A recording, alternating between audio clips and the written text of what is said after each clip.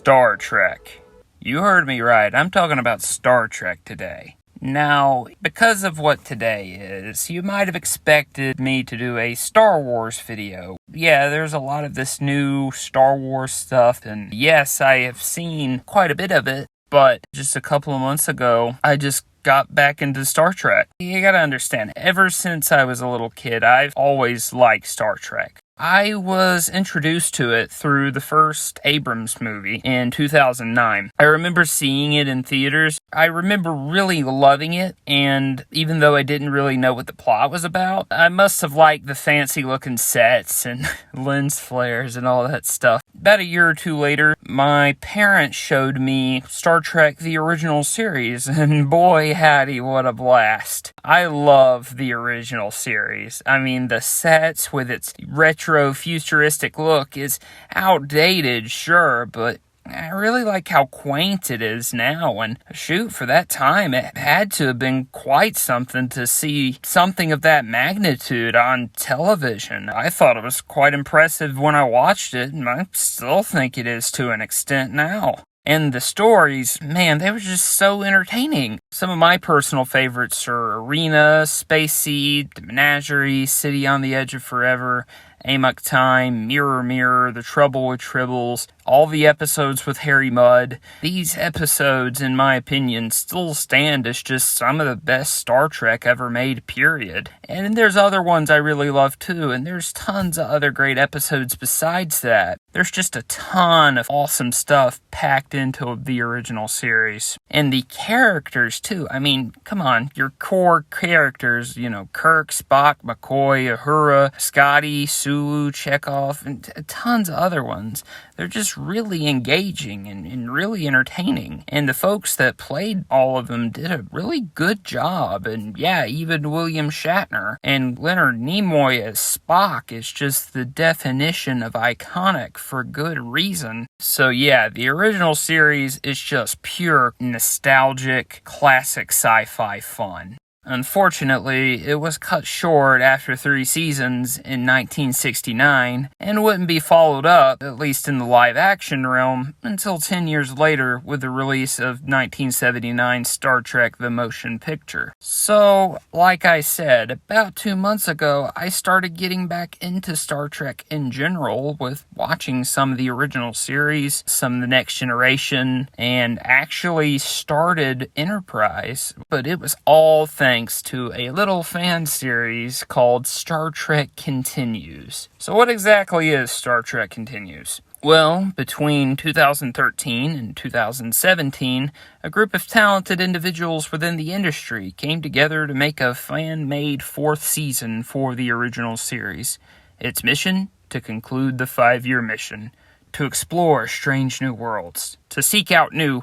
Oh, shoot. Sorry, I get a little bit carried away. Side note, this idea might sound kind of familiar if you've heard of or seen the canceled plans and concepts for Star Trek Phase 2, the comics of years 4 and 5 that released, and there's also Star Trek New Voyages, another fan series where another group did the same type of thing that Star Trek Continues did from 2004 to 2016. I'm gonna try not to spoil anything, but I do talk about some plot points in a more or less a vague manner, but you might want to go ahead and watch Star Trek Continues and maybe some of the original series before watching this video. If you want to do that, the whole season is up on the official YouTube channel for free. I'll put a link to it in the description below. Now, while the original series had about over 20 episodes a season, Continues clocks in at a much shorter 11 episodes in total, although 13 were initially planned. Now, I'm a bit conflicted. On one hand, I wish they could have made more, but on the other hand, the quality here is just so good that I'd say it just outweighs the quantity, because almost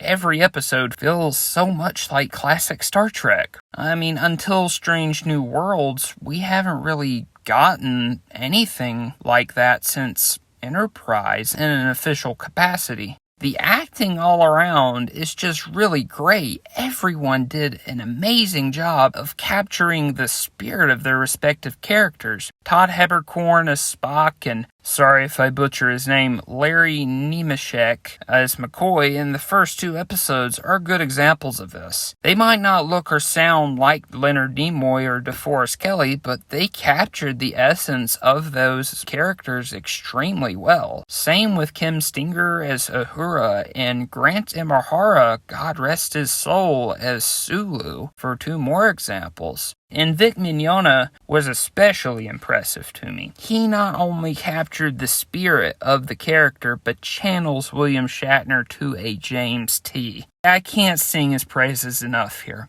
Same with Chris Duhon taking up his father's mantle as Scotty, and Chuck Huber as McCoy after the other guy's brief tenure. Michelle Speck as Counselor McKenna, a new character, was a great addition to this story and universe. She not only did a terrific job of playing this new character who we've never seen before, I also really like how the character ties into what they would eventually do in the timeline with having counselors on board vessels by the time of the Next Generation. And the amount of cameos and even reprisals in some roles is all really cool to see.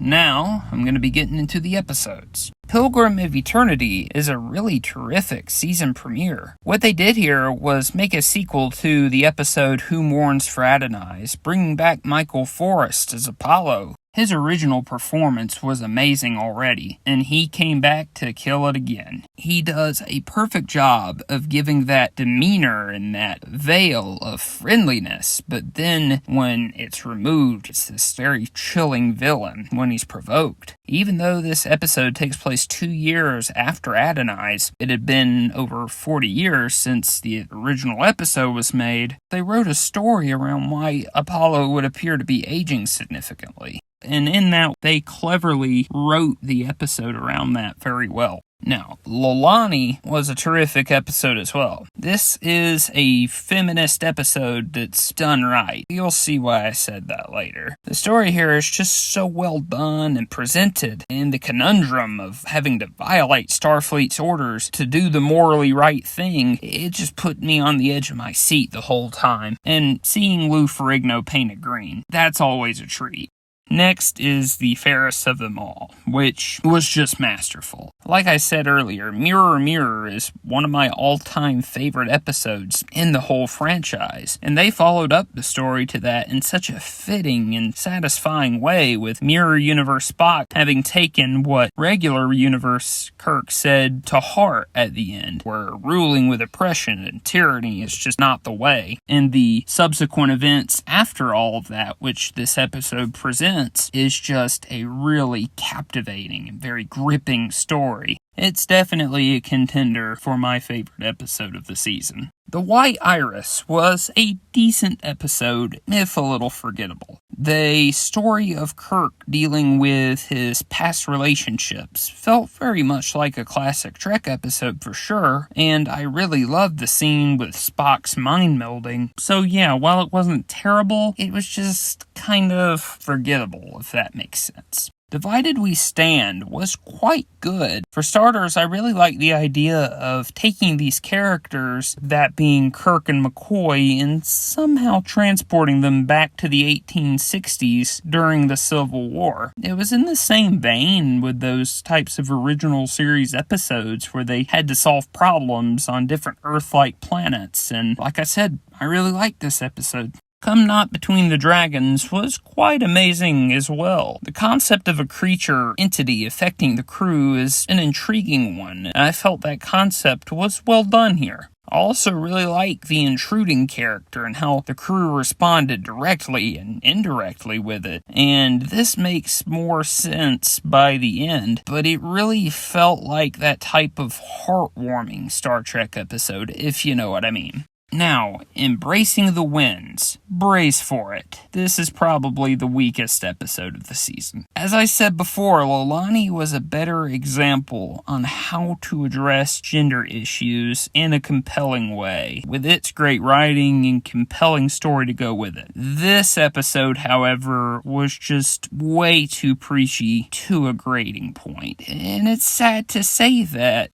Commander Garrett was just not a well-presented character either. She just came off as entitled and arrogant, which are definitely not qualities an officer should have. And there's a point in the story where her history is called into question. But yeah, no details of it are given, and that part of the plot just went nowhere. And just like that, it was completely unnecessary by the end. Overall, this episode was just disappointing. And again, it's sad to say, because with some rewrites, it could have been great. I will say, however, it's not entirely unwatchable. The acting and production design are as good as ever here. Luckily, this was followed up with another really good episode in Still Treads the Shadow. As Spock would say, the concept for this episode is quite fascinating. It's hard to talk about this episode without delving into spoilers, so I'll try my best to give my thoughts without spoiling anything.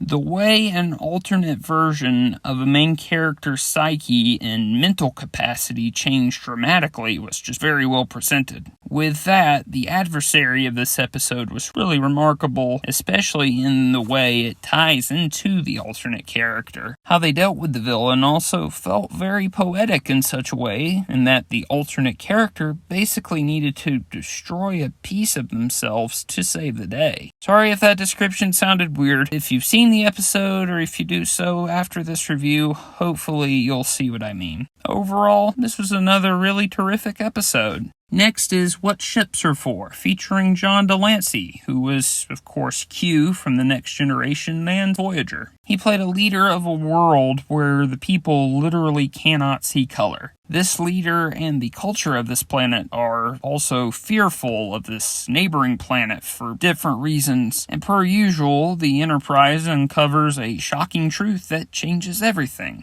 The story here uses themes of immigration, refugees, and xenophobia, and presents them very, very well in an emotional, captivating, and brilliantly written way. And I know I keep saying this, it really did a good job of feeling like classic Star Trek. Now, the two-part finale, To Boldly Go. With this first part, I really love what they've set up. If you've seen the pilot that got Star Trek picked up in the first place, which is Where No Man Has Gone Before, you'll definitely enjoy this two-part arc. Without spoiling, this episode makes the series come full circle in a way. It's definitely what the first portion of a multi-parter finale to a season or series like Trek should be. Gripping, tense, thrilling, and clamoring to see the next immediately. With this first part, I got the same feeling I did when I first watched The Next Generation's Best of Both Worlds Part 1 when Picard got captured by the Borg. Now, Part 2, again, without spoiling anything,